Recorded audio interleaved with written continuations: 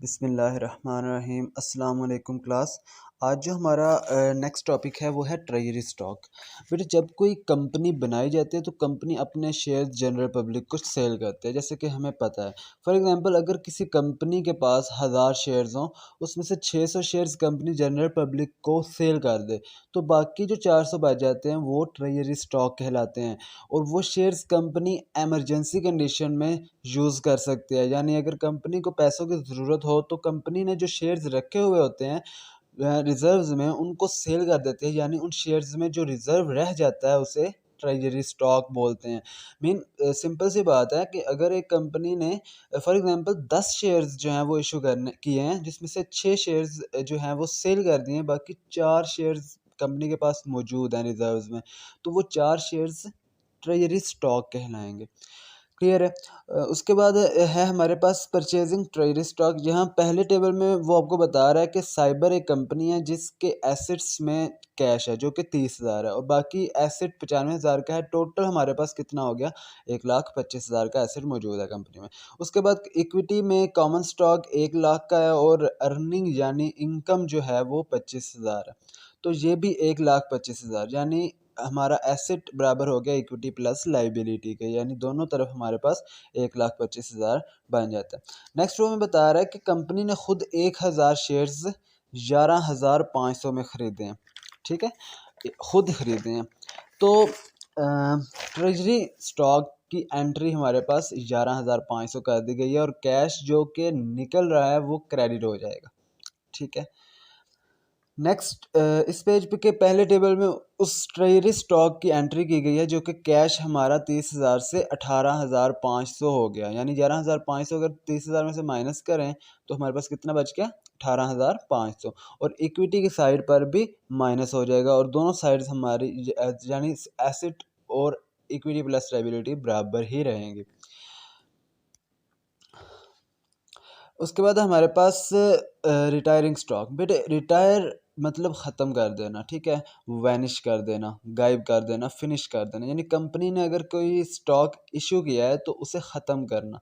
लेकिन कंपनी किस स्टॉक को कैसे रिटायर करती है, मतलब किस स्टॉक को कंपनी किस तरह से रिटायर करता है, कॉर्पोरेशन या कंपनी अपने ही स्टॉक को ख़रीदती है, ठीक है, और रिटायर कर देते हैं। और इस तरह इशूड शेयर्स की नंबरिंग में भी कमी आ जाती है, यानी जितने शेयर्स इशू किए गए थे उनकी नंबरिंग अब कम हो गई है जब वो रिटायर किए जाते हैं। अगर कोई स्टॉक रिटायर कर दिया जाए तो उसकी वैल्यू बिल्कुल ज़ीरो हो जाती है, मीन कि वो एक कागज़ का टुकड़ा सा रह जाता है, ठीक है, क्योंकि वो रिटायर हो चुका है। जैसे वो एक ऑथराइज्ड या अनइशूड शेयर होते हैं, बिल्कुल वैसे जब कोई स्टॉक रिटायरमेंट के लिए ख़रीदा जाता है, ठीक है, जब कंपनी इसको ख़रीदती है तो हम उस स्टॉक की तमाम कैपिटल अमाउंट को रिमूव कर देते हैं, ठीक है, माइनस कर देते हैं और उसकी वैल्यू को रिटेन्ड अर्निंग में डेबिट कर दिया जाता है। उसके बाद बेटे यहाँ पर आपको 5-6 फार्मूलाज दिए गए हैं, ठीक है, जो कि रिलेट कर रहे हैं प्राइस अर्निंग रेशियो, ठीक है, अर्निंग पर शेयर और उसके बाद बुक वैल्यू, डिविडेंड वैल्यू, ठीक है। इन फार्मूलाज को बहुत अच्छे से याद कर लें, ठीक है, ये आगे जो हैं वो यूज़ भी होने हैं। और इसी के साथ हमारा ये चैप्टर भी कंप्लीट हो जाता है, जो कि वक्त कम है, वक्त की किल्लत है, ठीक है, जिसकी वजह से इसके प्रॉब्लम्स, इस चैप्टर के प्रॉब्लम्स मैं नहीं करवा रहा, ठीक है। इंशाल्लाह ताला मिड टर्म के बाद जब हम अपना फाइनल जो है ख़त्म कर लेंगे कोर्स, तो अगर टाइम हुआ तो ज़रूर करवाऊँगा मैं इंशाल्लाह। लेकिन जो एग्ज़ाम्पल्स करवाई गई हैं, अगर आप उन एग्ज़ाम्पल्स को अच्छे तरीके से कर लो तो ये प्रॉब्लम्स आप ख़ुद भी बआसानी कर सकते हो, क्योंकि मेथड तो बिल्कुल सेम ही यूज़ होगा। आप जो इस चैप्टर में टॉपिक्स मैंने पढ़ाए हैं, एग्ज़ाम्पल्स मैंने करवाई हैं, अगर आप उनको अच्छे से कर लेते हो तो बेटा तो आप इजीली तमाम प्रॉब्लम जो हैं वो कर लोगे। उसके बाद बेटा हमारे पास आ जाता है chapter number 14, long term liabilities. Long term liabilities में सबसे पहले हमारे पास बॉन्ड फाइनेंसिंग। बॉन्ड्स जो हैं ये कंपनी भी इशू करती है, गवर्नमेंट भी इशू करती है, ठीक है। बॉन्ड्स लोगों को सेल करके पैसे इकट्ठे किए जाते हैं, क्योंकि कंपनी ये चाहती है कि हम लोन ना लें, बस बॉन्ड को इशू करके पैसे इकट्ठे कर लें। सिंपल सी बात है, अगर कोई कंपनी लोन नहीं लेना चाहती तो उसके पास दूसरा तरीका ये होता है कि वो बॉन्ड को इशू करे, ठीक है, और बॉन्ड को इशू करके पैसा इकट्ठा कर ले, और लोन का भी कोई इसमें रद्दोमल नहीं होगा। गवर्नमेंट जो है वो फंड्स को जनरेट करने के लिए या प्रोजेक्ट वगैरह बनाने के लिए बॉन्ड जो है वो इशू करती है। बेसिकली अगर देखा जाए तो जब कंपनी शेयर को इशू करे तो कंपनी के ओनर्स में इजाफा हो जाता है, ठीक है। अगर हम सोचें कंपनी जब शेयर्स इशू करती है तो कंपनी के ओनर्स में इजाफा हो जाता है। इसलिए अगर कंपनी ओनर्स में इजाफा नहीं करना चाहती, वैसे ही पैसे इकट्ठे करना चाहती है, तो फिर बॉन्ड्स इशू करती है, ठीक है। मतलब आप लोगों के ज़हन में ये क्वेश्चन आएगा कि बॉन्ड्स क्यों इशू कर रही है सर, कि कंपनी बॉन्ड इशू क्यों कर रही है, जबकि कंपनी जो है हम पहले पढ़ चुके हैं कि शेयर्स इशू करती है। तो उसका सिंपल और सादा सा जवाब ये है कि कंपनी बॉन्ड्स इसलिए इशू करती है क्योंकि बॉन्ड्स की सूरत में इसके ओनर्स में इजाफा नहीं होगा। बॉन्ड कंपनी के ओनर्स नहीं बनाएगी, ठीक है। कंपनी के ओनर कौन बनाता है? शेयर्स, मतलब जो बंदा शेयर खरीदेगा वो कंपनी का ओनर बन जाएगा। और इस तरह जो है फिक्स्ड इंटरेस्ट बॉन्ड ओनर्स को मिलता है, ठीक है। बॉन्ड एक रिटर्न प्रॉमिस होता है, ठीक है, रिटर्न फॉर्म में दिया जाता है कि बॉन्ड ओनर को पर वैल्यू के हिसाब से एक स्पेसिफिक अमाउंट जो है इंटरेस्ट के साथ दे दी जाए, ठीक है। इंटरेस्ट बॉन्ड पर दिया जाता है। पर वैल्यू ऑफ बॉन्ड को फेस वैल्यू या फेस अमाउंट भी बोलते हैं। ये बात अच्छे से याद रखनी है कि पर वैल्यू ऑफ बॉन्ड को का दूसरा नाम क्या है? Face value. तीसरा नाम क्या है? फेस अमाउंट, ठीक है। ये वो अमाउंट होती है जो फ्यूचर में एक फिक्स डेट जो है वो दी गई होती है, उस डेट को बॉन्ड ओनर को मिलती है, ठीक है। वो इंटरेस्ट जो है वो उसको मिलता है।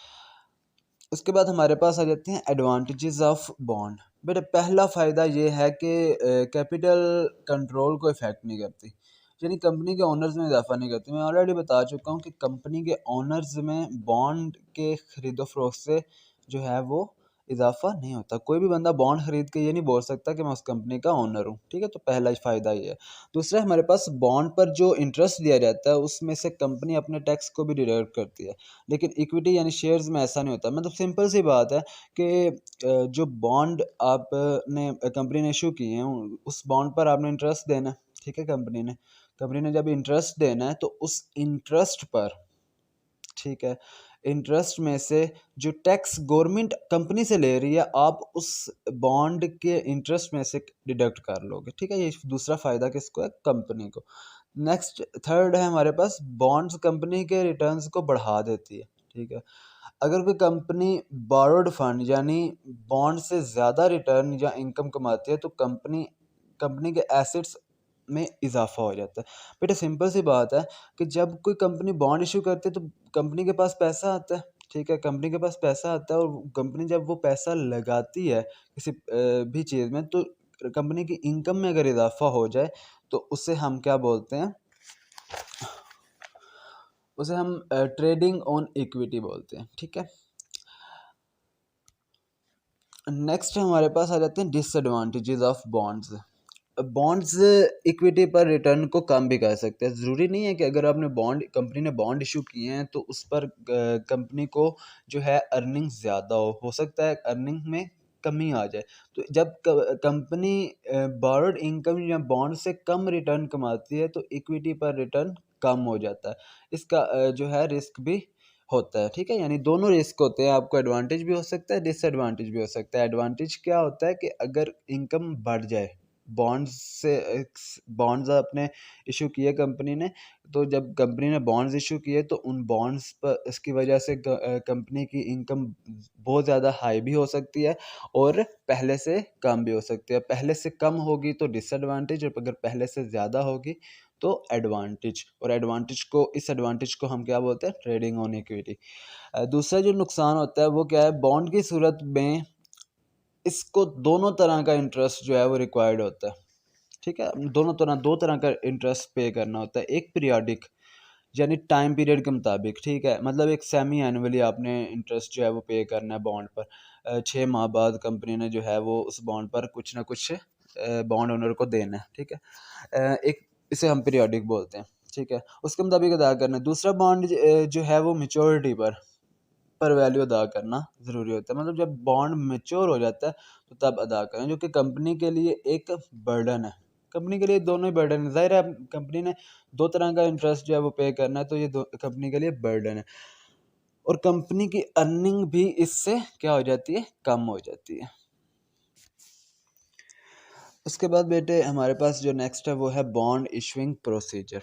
बेटे स्टेट या फेडरल गवर्नमेंट लॉज बनाती है, ठीक है, उन्हीं लॉज की बेस पर बॉन्ड्स को इशू किया जाता है, और बॉन्ड को इशू करने वाले इस बात की भी यकीन दहानी करते हैं, यानी कंपनी बॉन्ड को इशू करती है तो कंपनी इस बात की यकीन दहानी करवाती है कि वो बॉन्ड इशू के मुताबिक एग्रीमेंट को ख़राब या वायलेट नहीं होने देगी। यानी आपके जो एग्रीमेंट होंगे बॉन्ड्स पर जो एग्रीमेंट होंगे, उन एग्रीमेंट्स के खिलाफ वर्जी नहीं की जाएगी, ठीक है, उनको वायलेट नहीं किया जाएगा, ठीक है। इस एग्रीमेंट में क्या बताया जाता है कि कितना बॉन्ड्स जो हैं अथराइज किए गए हैं, ठीक है, उनकी पर वैल्यू क्या है, ठीक है, और इंटरेस्ट कितना अदा किया जाएगा, इस चीज़ इन तमाम चीज़ों को आइडेंटिफाई किया जाता है उस एग्रीमेंट में। वो लीगल एग्रीमेंट जिस पर बॉन्ड ओनर और बॉन्ड इशूअर के राइट्स बताए जाते हैं। बॉन्ड ओनर कौन होता है? बॉन्ड ओनर वो होता है जो बॉन्ड खरीद रहा है, ठीक है, और बॉन्ड इशूअर कौन होता है? बॉन्ड इशूअर वो बंदा होता है जो इशू कर रहा है, सॉरी, कंपनी कंपनी जो बॉन्ड को इशू कर रही है उसे बॉन्ड इशूअर बोलते हैं। तो जो जिस लीगल डॉक्यूमेंट पर, ठीक है, बॉन्ड ओनर और बॉन्ड इशूअर के राइट्स बताए गए हों उसे हम क्या बोलते हैं? Bond indenture. Bond indenture bond holder यानी बॉन्ड ओनर को एविडेंस के तौर पर, सबूत के तौर पर एक सर्टिफिकेट दिया जाता है जिसे बॉन्ड सर्टिफिकेट बोलते हैं। क्लियर है? उसके बाद बेटे हमें जो है हमारे पास जो है इशूइंग बॉन्ड ऐड पर है, इसमें हमें क्या बताया कि हमें एक एग्जांपल दी गई है कि 8 लाख के अथराइज्ड बॉन्ड इशू किए गए हैं। कितने? 8 लाख के। 9% जो है वो इंटरेस्ट रेट है, ठीक है, और बॉन्ड की जो डेट है वो 20 साल है, यानी कि बॉन्ड कब मैच्योर होगा? 20 साल बाद, ठीक है। इंटरेस्ट साल में 2 दफ़ा पे किया जाएगा। क्यों? क्योंकि सेमी एनुअली उसने बताया हुआ है, ठीक है। एक 30 जून को और दूसरा 31 दिसंबर को। अगर तमाम बॉन्ड्स सेल हो जाएँ तो हम इस तरह से रिकॉर्ड करेंगे, एक कैश की एंट्री होगी, ठीक है, 8 लाख की, क्योंकि 8 लाख के बॉन्ड्स जो हैं वो ऑथराइज़ किए गए थे, ठीक है, और दूसरा बॉन्ड पेएबल की एंट्री हो जाएगी, ठीक है। दोनों साइड्स जो हैं वो हमारी बराबर हो जाएंगी, जैसा कि हमें पहले टेबल में नज़र आ रहा है। इसके बाद दूसरे टेबल में बताया गया है कि 8 लाख का 9% इंटरेस्ट अगर निकाला जाए तो 72,000 आता है, ठीक है। जिसमें से आधा यानी 36,000 जो है सेमी एनुअली यानी 30 जून को अदा किया जाएगा। कितना? 36,000। ज़ाहिर है अगर आप 9% निकालते हो 8 लाख का तो 72,000 आएगा। ये 72,000 पूरे साल का होगा इंटरेस्ट, ठीक है। तो हमने तो साल में 2 दफ़ा पे करना है, यानी कंपनी ने 2 दफ़ा पे करना है, तो उसको हाफ़ किया जाए तो 36,000 जो है वो 30 जून को अदा किया जाएगा और 36,000 31 दिसंबर को। और इनकी जो एंट्री जो है वो इस तरह से हमें शो कर दी गई है, ठीक है। नेक्स्ट यहाँ पर इस टेबल में बताया गया है कि बॉन्ड इशूअर उस वक्त तक सेमी एनुअल इंटरेस्ट को पे करेगा जब तक बॉन्ड मैच्योर नहीं हो जाता, ठीक है, यानी बॉन्ड ये जितनी एज बताई गई है 20 साल, तब तक जो है वो सेमी एनुअल इंटरेस्ट जो है वो पे करता रहेगा। और जब बॉन्ड मैच्योर हो जाता है, ठीक है, मैच्योर हो जाए तो इश्यूअर इस तरह से पेमेंट को रिकॉर्ड करेगा कि बॉन्ड पेएबल 8 लाख की डेबिट हो जाएगी और कैश 8 लाख क्रेडिट हो जाएगी, यानी अब बॉन्ड को वापस करना है, ठीक है। जिस बंदे ने बॉन्ड ख़रीदा था उसने 20 साल बाद बॉन्ड को वापस करके अपनी ओरिजिनल अमाउंट वापस ले लेनी है। क्लियर है? उसके बाद बेटे हमारे पास है ये है बॉन्ड डिस्काउंट प्रीमियम, ठीक है। फिर एक छोटा सा टॉपिक है, ठीक है, ये आपने खुद करना है। अगर आपने पिछला अच्छे से समझ लिया तो आपने सिर्फ इसको पढ़ना और आपको अच्छे से समझ आ जाएगी इसकी। उसके बाद है हमारे पास इशूइंग बॉन्ड एट डिस्काउंट। जब कोई कंपनी बॉन्ड इशू करती है, ठीक है, जिसकी कीमत मार्केट रेट से कम हो, ठीक है, अब कंपनी ने जो है वो बॉन्ड इशू किया है और उसकी जो कीमत है उस बॉन्ड की वो मार्केट में जो रेट चल रहा है उससे कम है, तो इसका मतलब ये है कि इशू प्राइस पर वैल्यू प्राइस से कम है, जिसे हम इशूइंग बॉन्ड एट डिस्काउंट बोलते हैं। क्लियर है? इसकी एग्जांपल आपने खुद ही देखनी है। ठीक है, उसके बाद बेटे एक छोटी सी मैं आपको यहाँ पर बात बता दूँ। अगर 2 साल का इंटरेस्ट जो है सपोज करें 19,546 बन रहे, ठीक है, और इंटरेस्ट ये हमारे पास आ गया। हमें पता है कि इंटरेस्ट हमने सेमी एनुअली निकालना है, तो उसने हमें इधर बताया हुआ है कि 2 साल है, ठीक है, 2 साल। 2 साल का अगर सेमी एनुअली देखा जाए तो कितनी दफ़ा इंटरेस्ट अदा करना पड़ेगा? 4 दफ़ा, ठीक है। 6 6 माह, 6 6 माह के 4 बन जाएंगे सेक्शन, ठीक है। तो 4 दफ़ा हमने इंटरेस्ट जो है कंपनी ने अदा करना है। तो अगर हम अमाउंट को 4 पर डिवाइड कर दें, जो मैंने अमाउंट बताई थी इंटरेस्ट अमाउंट 19,546, इसको 4 पर डिवाइड कर दें, तो डिवाइड करके हर पीरियड में जो है वो सेम इंटरेस्ट आ जाएगा, ठीक है। अ, उस सेम इंटरेस्ट यानी उस इंटरेस्ट को हम क्या बोलते हैं, या उस मेथड को हम क्या बोलते हैं? Straight line method.